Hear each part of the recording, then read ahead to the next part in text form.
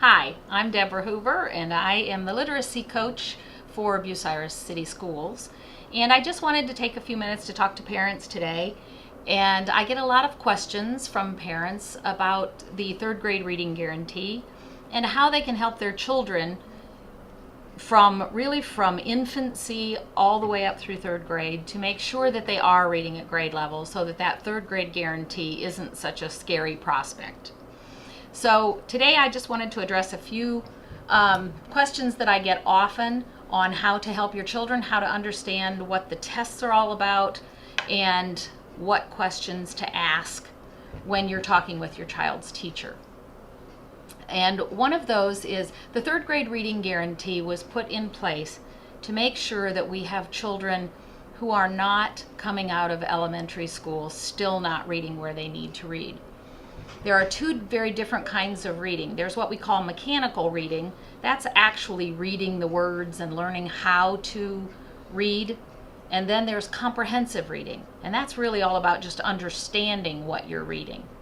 So children have until about third grade to get the mechanical part down, to learn how to read. After that, they have to read to learn. And that's a very, very different situation.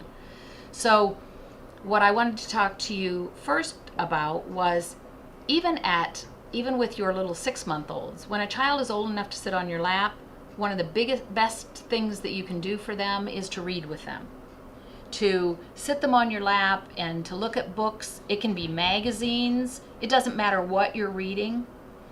It's more about your voice and your excitement. And as you get excited, your child will learn things like we read from the top of the page to the bottom. We read from the left side to the right side. That all of that print on those pages means something, and for everything out of your mouth, something matches on the page. Those are what we call concepts of print. Children who come to school in kindergarten who know those things are ready to start learning to read. If they've never been read to, they really struggle to understand that basic knowledge of what reading is all about. The teacher's already moving on to learning the letters and the sounds, and your child is still sitting there trying to figure out how it even works. That's what we don't want to happen. We want you to read with your children as much as you possibly can every day. It only needs to be 10 minutes. You don't even have to read all the words. You can tell your own story to a baby, and then as they get older, make it a fun experience for the whole family.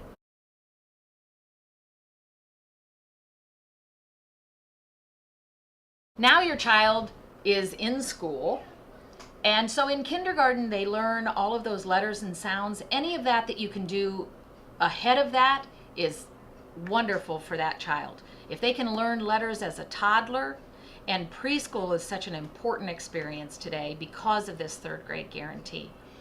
We have a lot of preschools in the city of Bucyrus. We have a wonderful one right here at Bucyrus. I hope that you'll look into that if you have younger children at home. But once your child is in school, now they're going to start that process of reading. And children have a wonderful sense of books. They love of stories. They love hearing stories. So being able to tell them stories in books, they learn that a story has a beginning, a middle, and an end. They learn how to think about the story, what the author might have meant for them, what the characters are doing in the stories. And it becomes a very important part of setting that stage for reading. But the more you can work with them, play games with them, sing songs with them. Children who can sing songs have a much easier time learning to read because they learn the rhythm of books and they learn how to rhyme. All of those wonderful things that come very naturally when children are little singers and who have had a lot of experience with books. So once they get past then the kindergarten stage, by first grade they really begin to start reading. And then as a parent you're starting to say, okay, how can I help this child to do better in reading? And those are those things that as the parent, when your child begins, here at Bucyrus we do a lot, all of our children have what's called small group guided reading.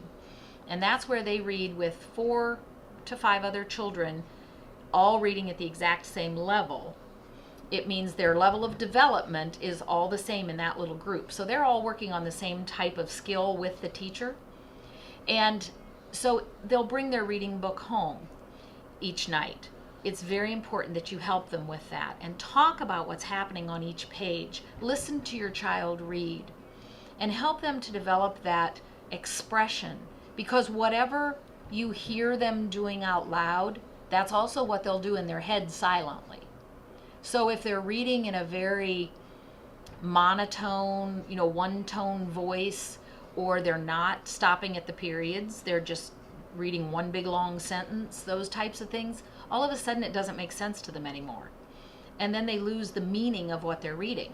So as the parent, you can help them to see those periods at the end of each sentence, have them stop there, take a breath, and then talk at the end of each page about what happened on that page. What were those characters doing?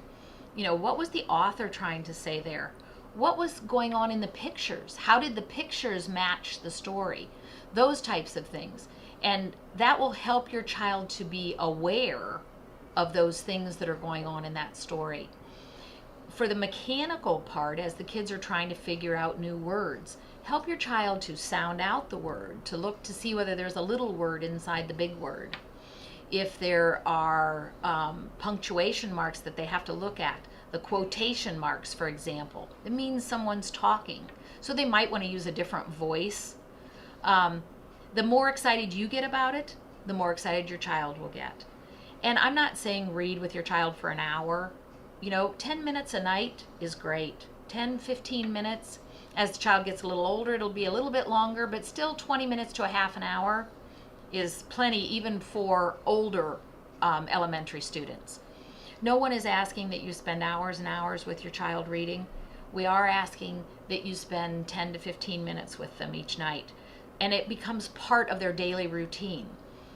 When it becomes part of their daily routine, as they get into middle school, then you don't have to fight with them so much to get their homework done, which all of us parents dread when our children get older and they don't want to do the homework.